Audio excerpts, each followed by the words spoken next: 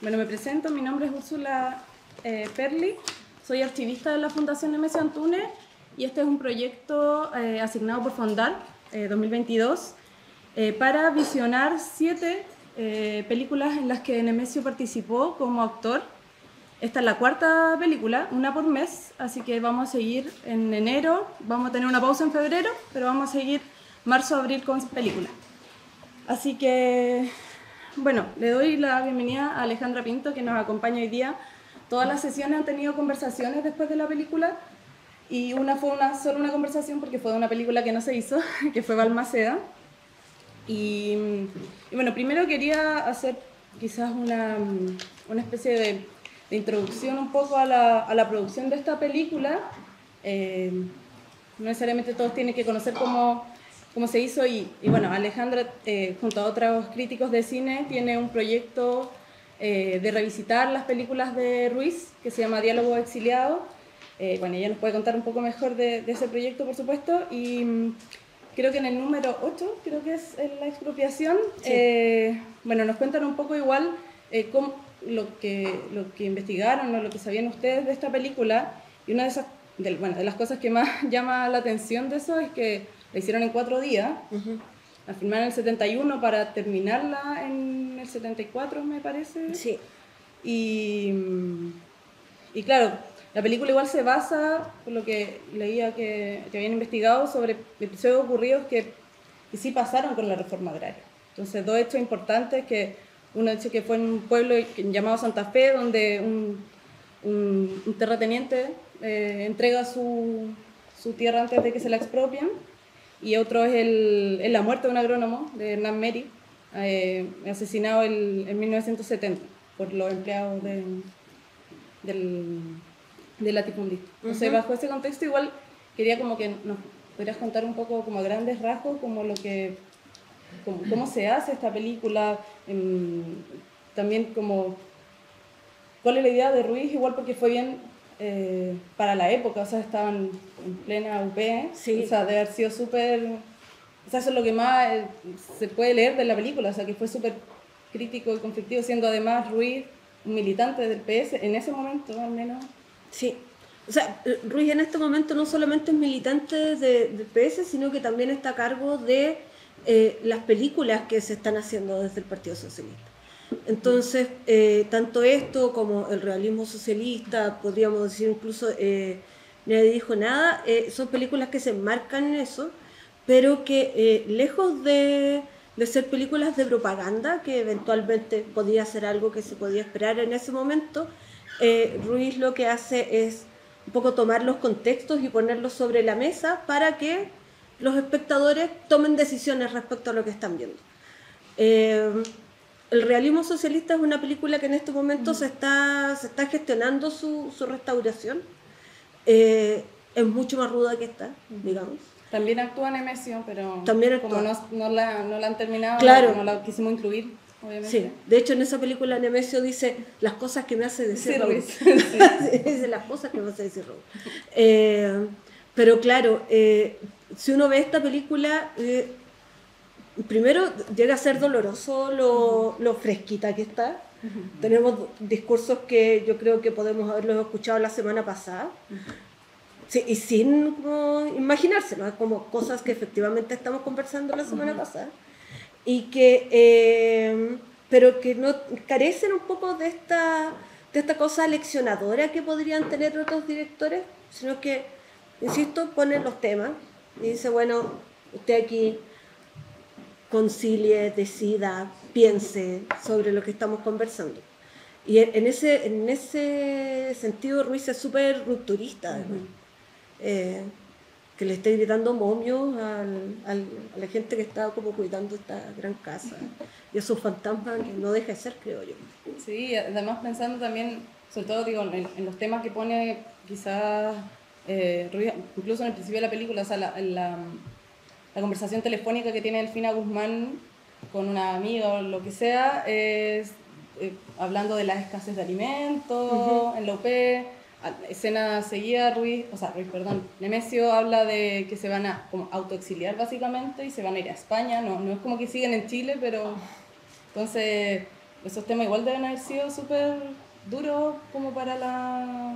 Sí, sí, y además hay algo que hace Ruiz que no solamente lo hace aquí, sino que lo hacen varias películas más, y esto es esto de eh, personajes que sin querer rompen la cuarta pared y terminan hablándole al espectador. Claro. Entonces tenemos aquí, por ejemplo, súper clara la imagen de Nemesio diciéndonos a nosotros, esta era la casa de mis antepasados, esta es la casa de mis padres y toda la cosa. Un poco también, no necesariamente para empatizar, sino que para que nosotros como espectadores podamos entender que somos su contraparte en este juego. Y lo va a hacer con varios personajes, con el personaje de Delfina. Aquí todos se llaman igual Claro. que en la vida real. De hecho, Jaime Badel se llama Jaime Vidal. Sí, ese es como el cambio. Sí. Sí, de hecho, esa es una de las cosas que me pareció bien interesante. Quizás yo, más conociendo la historia de Nemesio, trabajando acá, bueno, obviamente me llamó mucho la atención cuando la vi la primera vez, que ocuparan sus nombres reales los actores, pero también lo que, ya que quiero entrar como a la forma de dirección de actores de Ruiz, es que a Nemesio lo que cuenta en la escena es, bueno, dicen, ¿dónde tú estudiaste? Le dice Delfina a Vidal, y dice, no, yo estudié con los padres franceses. Ah, Nemesio también. Y Nemesio estudió con los padres franceses. O sea, sí, de verdad. Estudió en no Sagrados Corazones toda la infancia hasta la adolescencia. Entonces, probablemente esos cánticos que pueden ser muy reales, y de esto nombra dos cosas que sí tienen que ver con su antepasado. Entonces, eso, por ejemplo, cuando nombra a un antepasado que fue guillotinado en Francia, es Jacques Cassot, que fue guillotinado en Francia por estar en contra de la Revolución Francesa, entre otras cosas más escritos que tuvo, y también nombra al retrato de su antepasado que fue pintado por Bomboazán, sí. y es su bisabuela, que se llama Carmen Alcalde de Cazote, que fue pintada por Bomboazán, y ese cuadro Nemesio lo donó después al Bellas Artes. Entonces, son cosas reales que está contando ahí. Después Delfina pasa a contar algo, quizás verdad, o sea, quizás de su familia, claro, cuando cuenta esta historia de las uvas y sus hermanos. Entonces, eso me pareció interesante porque algo conocíamos un poco y lo conversamos en las sesiones pasadas sobre que anécdotas que cuenta Nemesio sobre que, por ejemplo, filmar con Costa Gabras fue algo muy estructurado, repetir la escena 10 veces si era necesario para un papel muy pequeño que tiene aquí, acá un protagónico, y fue, bueno, tú más o menos di esto, de esto se trata, y bueno, un pisco sour y ya seguimos como con la escena. Entonces, sí, no sé si es con esta película en particular, que fueron 4 días solamente, o algo había en la dirección de actores no profesionales también. Esto sí, la mayoría eran, o sea, bueno, Badel y Delfina eran actores profesionales, pero Nemesio... Sí, es que hay que considerar que Ruiz trabajaba con sus compis, básicamente. Era gente que había estudiado en la Escuela de Teatro en Concepción.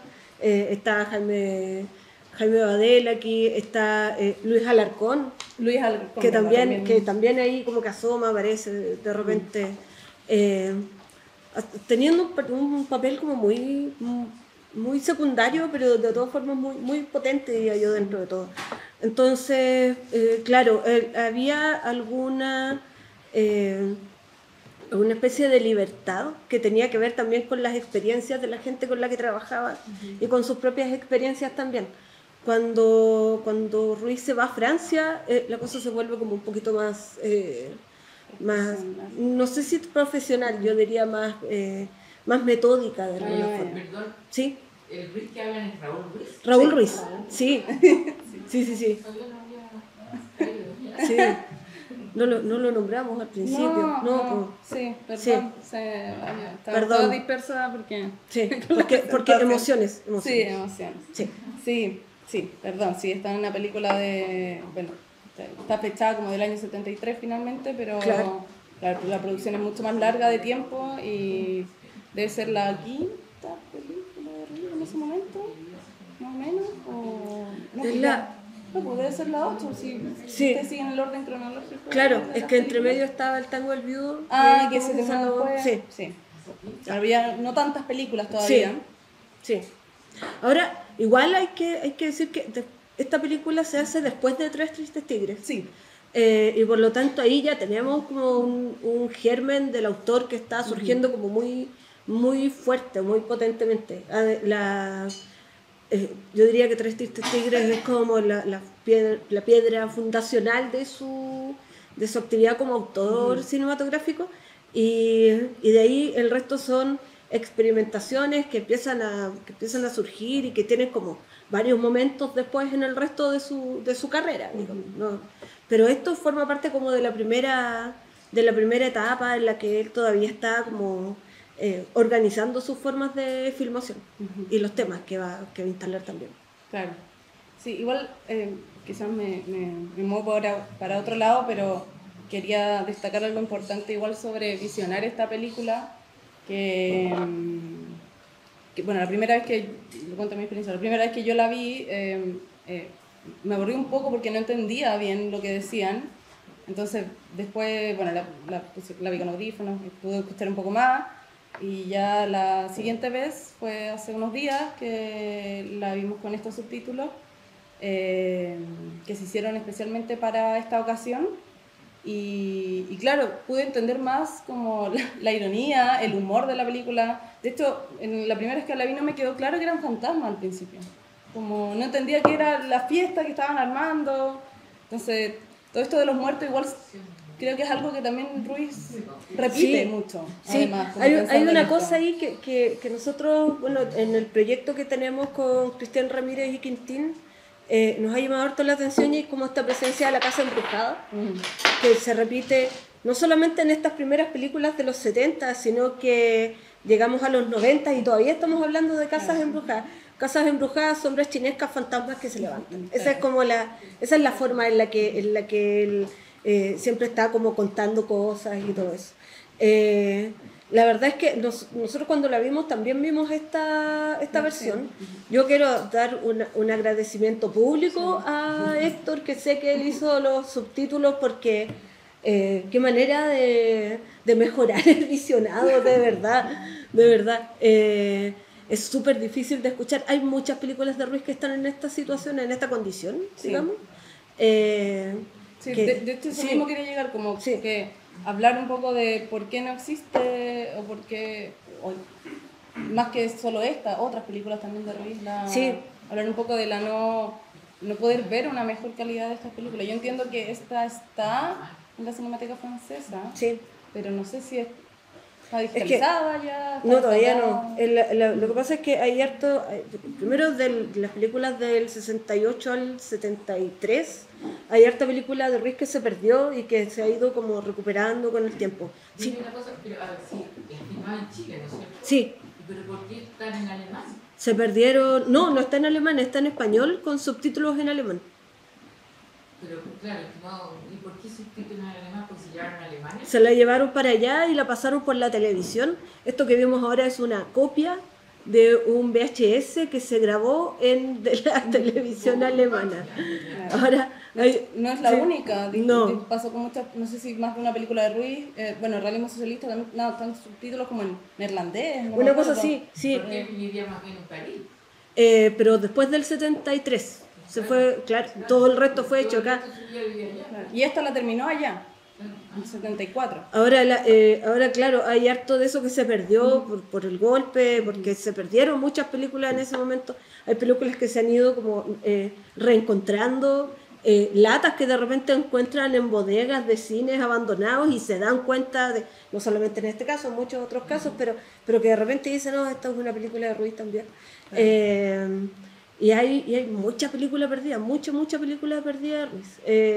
Películas que no se terminaron, películas que no se terminaron de montar, películas que solamente tuvieron guión. Esto nosotros tenemos como ubicadas más o menos 90 películas, y sacábamos la cuenta que nos deben faltar como 30 de esas, o sea, 30 más. Entonces, además es un poco frustrante, diría yo, pero decía, no por eso uno se amilana frente a esto. Claro. No.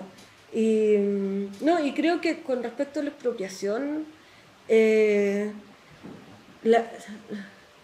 yo personalmente tengo una idea que no sé si es como si será muy desde la religión que para mí significa Raúl Ruiz, es de mi cosa así, de profunda admiración, pero Raúl Ruiz es un director que es tan grande porque tiene una habilidad súper extraña para poder cubrir todos los tiempos. Yo siempre pienso como en eso, así como en alguien que es muy capaz como de entender el lugar donde está y por lo tanto puede mirar hacia adelante y mirar hacia atrás y poder como cubrir todo eso. Y cuando les decía al principio que estas conversaciones se siguen dando, no solamente tiene que ver con que la historia de Chile es súper cíclica, ¿no? Que es como que cada 20 años volvemos a tener las mismas conversaciones. Sí. Sino que también está como esa certeza del autor, en este caso, de decir, sí, pues esto que estamos conversando ahora se conversó hace 30 años a propósito de esto. Yo decía ahora cuando nombraron la matanza de Santa María de Iquique, hoy día se cumplen 115 años de la matanza o sea, hoy día mismo. Y claro, es lo mismo. Sí, de hecho hay una entrevista que le hace Nemesio cuando estaba con la segunda versión de Ojo con el Arte en el 90. Ruiz no queda muy claro qué está filmando porque dice que va a estar ambientado en Pekín y va a ser sobre sombras chinas y va a ir a grabar a China. Yo no sé si esa película se hizo o de cuál película está hablando, pero el 90 dice que va a ir a grabar allá, que tiene a los actores chinos que van a participar, pero me llama mucho la atención, ahora ya un poco más hablando de Nemesio, bueno, y la relación de ellos, que sí después de estas películas se tuvieron una relación de amistad. Nemesio lo entrevista y habla de las películas que ha hecho, bueno, las que filmaste en Chile, como Realismo Socialista, La Expropiación. En ambas él actúa y en ninguna se menciona. Él no se menciona a sí mismo. Así como, bueno, sí, pues yo trabajé contigo en esa, y Ruiz tampoco le responde como lo que le está preguntando, ¿no? Claro. Entonces, me gusta igual esa formalidad como de, bueno, ahora como de Nemesio, estoy en mi papel de entrevistador, como en mi programa, así que no hablo de las películas. Bueno, ahí le pregunto un poco más de lo que está haciendo y ahí le pregunto un poco de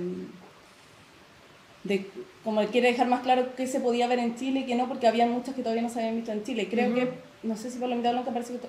No, todavía no. O sea, digo, cuando se estrena en Chile es... El año 94. Claro, entonces Sí. le pregunta y dice no, Palomita Blanca todavía no. Y bueno, y le cuenta un poco el casting, y pues sí, fueron como 1000 chicas a audicionar, Sí. y no sé qué. Pero bueno, y también con la figura de Nemesio, para quienes han podido ver las otras películas que visionamos, las 3 anteriores, acá siento que, no sé si por hacer de ellos mismos, que no es un latifundista obviamente Nemesio, pero hay es un personaje súper, y como personaje lo digo como difícil de que quede como el papel del latifundista de derecha malo, porque tiene una calidez y una forma de trato que es muy, incluso hasta el final, que es medio irónico con respecto así como, ay, mira, si son tan leales, son tan buena gente, eso es la buena gente, como Sí, no sé, están de él un hay, poco ese tipo de personas. Hay una cosa que en el momento en que nosotros para el proyecto vimos la película, y yo también lo comenté en ese momento, hay una cosa acerca de Nemesio Antunes que es una presencia súper importante en pantalla. Yo formo parte de la generación que vio a Nemesio, que conoció a Nemesio Antunes a través de la televisión, viendo Ojo con el Arte, y claro, era como una imagen que para uno era más o menos familiar, Claro. Acogedora, de hecho, así como de poder verlo y que uno siendo niño, yo siendo niña, como que igual uno se podía como interesar en eso, pero además tiene esa particularidad de tener una presencia súper interesante en pantalla. Yo creo que esto no tiene... ¿Cómo? Yo creo que sí. Pero claro, esta sensación de que uno cree en él, y en su personaje uno cree también, en este caso. Entonces cuando este personaje nos dice, yo quiero entregar esto por dignidad. Claro. Uno dice, pero obvio que sí, obvio que quiere hacerlo, como es imposible que me esté mintiendo. Creo que eso va más allá de sus dotes actorales. Creo que tiene que ver mucho más con con una especie de carisma, con un tema de fotogenia también en pantalla, y que hace que su presencia en el cine sea tan rica. Como les digo, para mí es como súper imposible deshacerme de esta idea de este señor muy bacán que estaba en televisión Y que hablaba de arte. y diciéndome cosas importantes en ese rato. Bueno, siempre. Sí. Bueno, y bueno, quiero destacar igual que Jorge Müller está a cargo de la foto y la cámara en esta película, y me parece súper importante como destacarlo. Sé que trabajó en más películas, alcanzó a trabajar en más películas con Ruiz, y bueno, con Patricio Guzmán en La Batalla de Chile. Entonces, nada, quería comentarlo igual. Porque claro, sale al principio, Sí. y también me parece interesante en los créditos del comienzo, que dice que fue como dan agradecimiento a campesinos del sur y a ayudantes del Cora. Me parece, Sí. sí, como que, o sea, todo me parece como medio contradictorio y no al mismo tiempo, como los mismos personajes, bueno, Sí, es que las formas, todo. esa contradicción precisamente tiene que ver con con las decisiones que uno tiene que tomar también. O sea, como espectador, Sí. digamos. Sí. ¿Qué de esto me queda o qué de esto me resuena y qué cosas no? También. Claro. De hecho, iba a comentar en esta escena que aparece en esa foto, de hecho, que estos tipos finalmente están haciendo debates políticos todo el rato, pues no Sí. están como, no es que estén conversando, sino que están básicamente en un podio Sí. dando a conocer sus temas. Eso es súper claro, pues esa es como una declaración de principio súper clara. De hecho, se ponen así como uno hacia la derecha, uno al centro y uno a la izquierda. Claro, sobre todo cuando están los tres, Sí. como en una representación como de la derecha, la DC, el hijo, Sí. y la UP es, y bueno, y como que se Claro, da muestra y de se lo van que de las pasando, pruebas. Y, claro, y de y ese repente discurso. pasa Lucho Alarcón con- por delante con Pero como no caminando, como No, si, como que levita. como que levita. Sí. Es súper curioso. Claro, también ese ahí como momento. un poco cruzado por esa presencia, Claro. porque estamos en esta película, además, que eso creo que es como el único punto en el que hay algún tipo de crítica, es que tenemos como a estos chiquillos acá discutiendo un poco los destinos del país, sin preguntarle nada al país, pues. Sí. Que sin preguntarle, y les dicen, pero oye, sí, pregúntenle a la gente, básicamente, es como, no, sí, tenemos que hacerlo así y toda la cosa. Entonces, claro, cuando pasa Claro. Lucho es como... Claro, no se una olvida de presencia esto. nomás. Claro. Sí, pues. Bueno, y Vidal siendo muy paternalista con ellos, al final diciéndole, Esto- ustedes no van a ser siempre unos niños chicos que le tienen que estar diciendo todo lo que tienen que hacer, van a tener que aprender. Dice, bueno, pero en otros lados no ha resultado, eso es como lo que están diciendo un poco. En otros lados donde han quitado los terrenos, no ha resultado que podamos nosotros como ejercer Claro. Y además en ese no pueden seguir siendo niños chicos, nadie les puede decir qué hacer, él está igual diciéndoles qué Sí, hacer. po. Entonces como ahí hay una cosa medio perversa de doble discurso y toda la cosa. Sí. Sí. Bueno, antes de quizás dar la palabra también para que quienes quieran comentar sus impresiones sobre esta película, también como lo que decía al principio, como que actual suena mucho de los discursos que están en el fondo de la película. Quería, solo si quiere hablar y comentar, no sé si se dieron cuenta que bueno, son dos hijos los que aparecen del matrimonio de Nenesio y Delfina, que es Nicolás Eizaguirre y Joaquín Eizaguirre, y Joaquín Eizaguirre está acá y vino al visionado si es que quiere comentar algunas cosas de la grabación, de la filmación de la película. Le paso la palabra. ¿Sí? Ahí está, sí.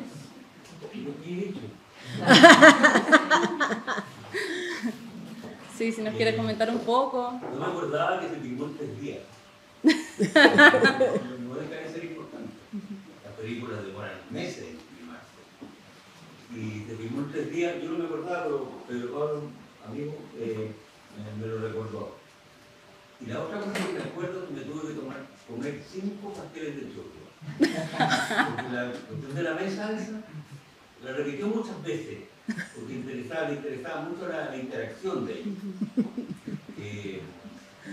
El otro asunto es que una lástima que se pierdan los diálogos, que hay unos diálogos muy divertidos, muy insólitos sobre todo.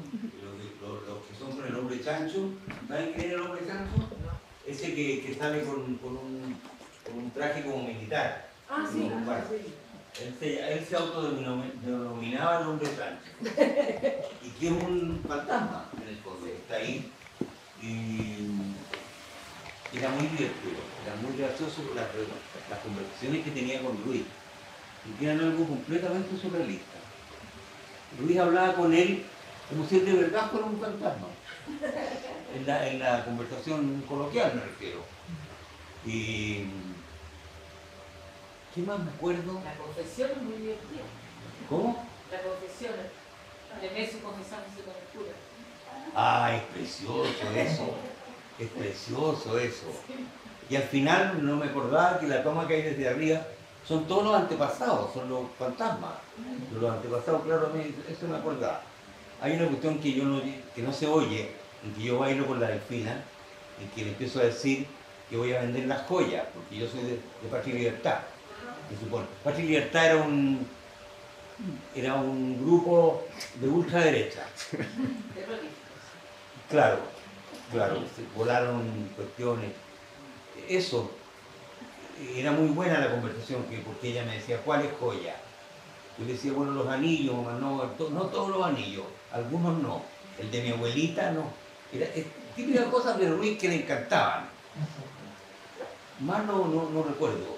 No recuerdo que tenía el pelo largo, aparte de eso no. Y negro. Y negro, claro.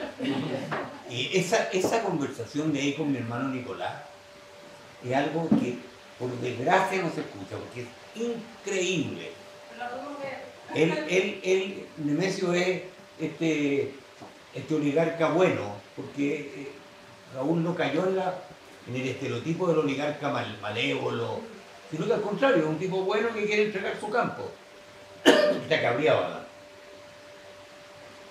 Jaime Badel es el explorador, el de la Cora, que es un ingeniero, y Nicolás es un joven de la JDC, demócrata cristiano, que no está ni para un lado ni para otro. Por eso tener una discusión con Badel, en que Badel le dice que esto de la revolución cristiana no había resultado. ¿Cómo era la cosa de Frey? No me acuerdo. Revolución en libertad. No había resultado y ahí se ponen a discutir de política, sentados así, como si estuvieran, no sé, de frente. Eso me acuerdo. Seguramente se miran a ocurrir otras cosas.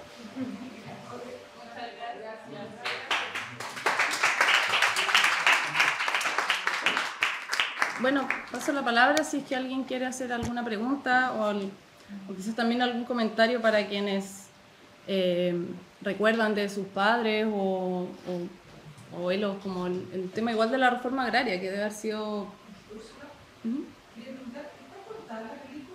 No, o sea, la versión que existe termina así, como los créditos están al principio. Yo tenía la sensación de que al final mataron a Nemesio. No. ¡Ay, no!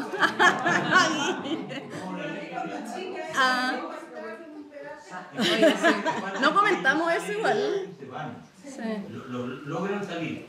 Sí. Porque no los dejaban. Sí. Bueno, Ruiz dice que duraba en una entrevista 1:15. Sí, pero de material que se perdió probablemente.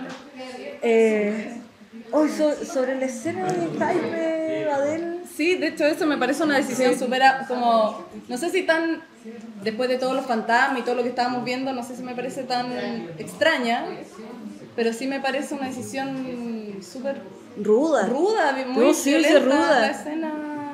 Sí. No sé si alguna vez. Sí. ¿Y por qué no sale en ese título no sale el nombre Raúl Ruiz? ¿Cómo?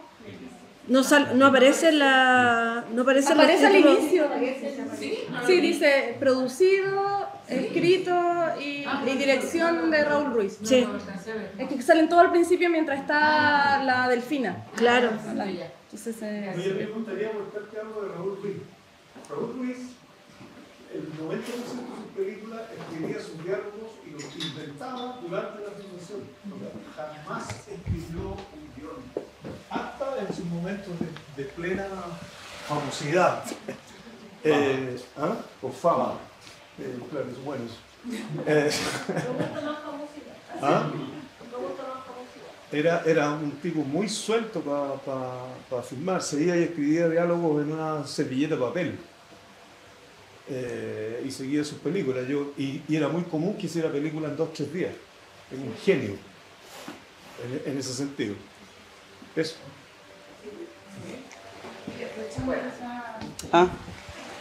¿Quieres decir algo? En un momento tú preguntaste si es que era verdad la historia que la Delfina contaba de su familia. ¿Es verdad? Porque Sí. al principio habla que Sí. pidió una uva. Sí, es verdad. Porque en el principio Es que Ruiz utilizaba mucho, como la Delfina es pituca, bueno, perdón, y Nemesio también. Ruiz tuvo la inteligencia de usar sus propias historias para que fuera todo más verosímil. se contaron todos los secretos de la familia. Pero también una vez la Delfina me contó que Raúl Ruiz los llevó a un bar a los dos y les hizo tomarse unos tragos entre los tres y conversaron y ahí fueron como armando el personaje, algo así, como bien a la Sí, pasada, pero así como lo hacía. que- Bueno, Raúl no soltaba el vaso de tinto nunca. Entonces los dejaba bien pufifos, pero iban hablando de los personajes. Yo tuve una anécdota cortita. Me topé en el Festival de Montreal con Raúl, obviamente vivo todavía. Y lo invité a ver mi película, que le fue re bien, pero Raúl me dijo, puta, ¿por qué cortáis tan rápido? Me dijo? Uno no alcanza a ver lo que va a pasar y cortáis. No, pues me dice, así no se hace. Ya no, entonces. Eso. tal vez estaba muerto. Tal vez estaba muerto. Pero andaba con la boca morada.